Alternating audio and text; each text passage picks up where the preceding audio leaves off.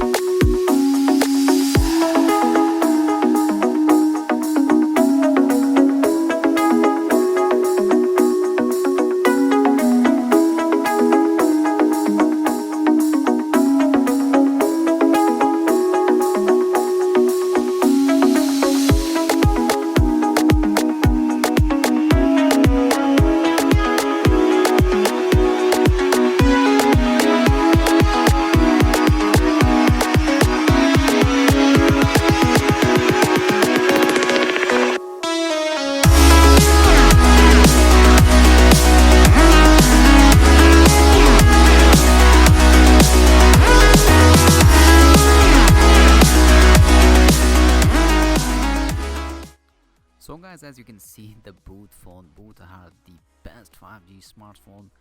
The Redmi K30 5G is a really cheapest phone. The $300 phone is really cheapest phone in these days, and it's launched the 10th December. So guys, comment below which phone you most like it, and subscribe for tech news and smartphone comparison. I'll see you in my next video. Peace out.